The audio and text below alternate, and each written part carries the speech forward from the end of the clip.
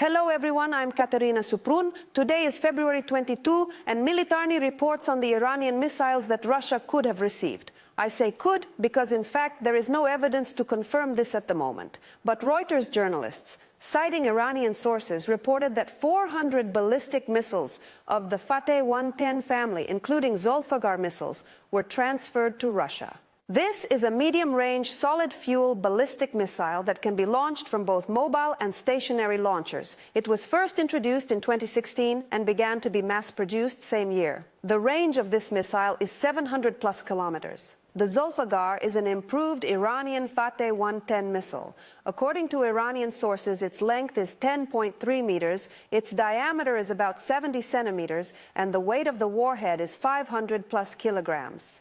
The first stage of the Zolfaghar is separable, which is a distinctive feature of this missile. This feature makes it more difficult to detect during the final stage of its flight and therefore harder to intercept. In contrast, the Russian Iskander-M or the South Korean KN-23 missiles lack such a feature. The Iranians call their missiles highly precise and claim that the circular probable deviation is about 10 meters. However, it remains unclear what type of guidance systems are used in the Zolfaghar missiles. There are some speculations that the missile has optoelectronic systems that allow it to be adjusted during the final stage of flight.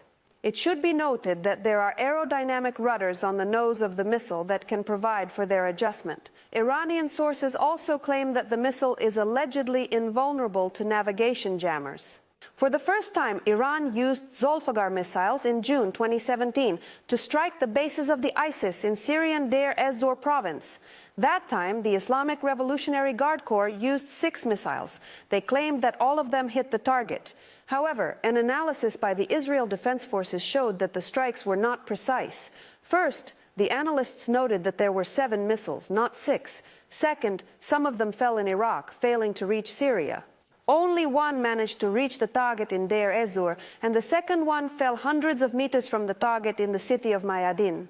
In response, Iran stated that those missiles that fell in Iraq were not missiles, in fact, but only parts or components, and affirmed that all missiles successfully reached their targets. Well, it's just the same reaction as the Russians have. No matter whether the missile hit the target, they still assure it reached the target. But that's not all. Because the video that showcased the strike was also examined by independent analysts, and their conclusions aligned with those of the Israeli analysts. According to them, 2 missiles reached the area where the target was located. One hit an open area, and the other hit a building neighboring the main target, another building. But everything this happened in 2017, and it is unknown whether the Iranians have refined their missiles. In addition, it has been repeatedly stated that an agreement between Russia and Iran could also be concluded through the transfer of certain technologies. And in 2019, the United States called Iran's missile program increasingly accurate and sophisticated. As for the transfer of missiles from Iran to Russia, this information appeared in 2022. It was October. Then the Washington Post reported that an agreement was being prepared to transfer additional strike drones and short and medium-range ballistic missiles to Russia.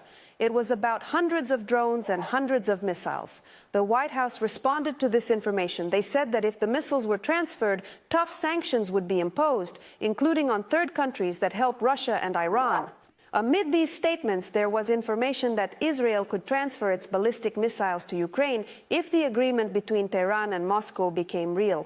But all this was back in 2022, and no additional information on the possible transfer of the Iranian missiles to Russia has been available since then, but cooperation between Russia and Iran flourished. In March 2023, it was reported that the Russians hesitated to accept the Iranian missile offer because of Western pressure. But at the same time, they have a shortage of their own weapons of this type, so the missile transfer agreement has all chances to be implemented. And now, almost a year later, in February 2024, when Ukraine has confirmed information about the use of North Korean missiles by the Russians, we also have information about the possible transfer of Iranian missiles to Russia. For sure, there will be no official statements about this deal, neither from Moscow nor from Tehran, just as there were no official statements about the transfer of strike drones from Iran to Russia. Subscribe to Militarnyi, read us, and you will know more. Hit a like on our video and see you in the next videos.